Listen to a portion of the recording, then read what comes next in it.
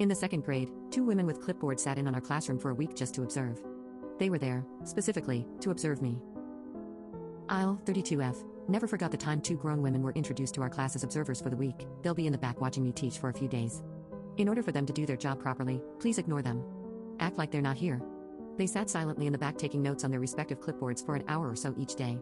On that Friday, my teacher keeps me back during recess, telling me the two women want to chat/ask me some questions. I was then placed in a chair directly facing them, with my teacher and her aide standing off to the side a few steps behind the duo. Something was up. They then proceed to tell me, delicately, why they're here. They go on to explain that my teacher knows I'm a good student and so my recent failing test grades don't make sense. They then show examples of me spelling the same words, or doing the same math accurately on previous tests/assignments, yet completely wrong with recent ones.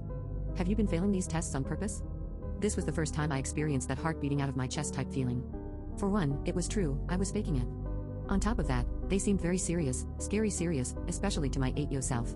I, shamefully, admitted that yes, I had been.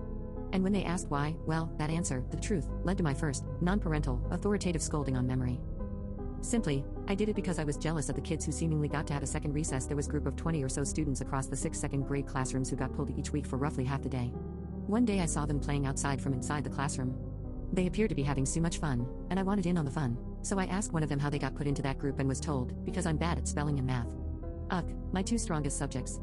What am I ever to do? Dumb myself down, of course. To become one of them, I had to act like them, think like them, test like them. After our little interview sesh, my failed adolescent attempt at manipulation, whatever you want to call it, was never discussed of again. My parents never questioned me about it. To this day I don't know what they know/were told, if anything at all. My peers never knew about it, and I never told a soul. Those women scared the living daylights out of me.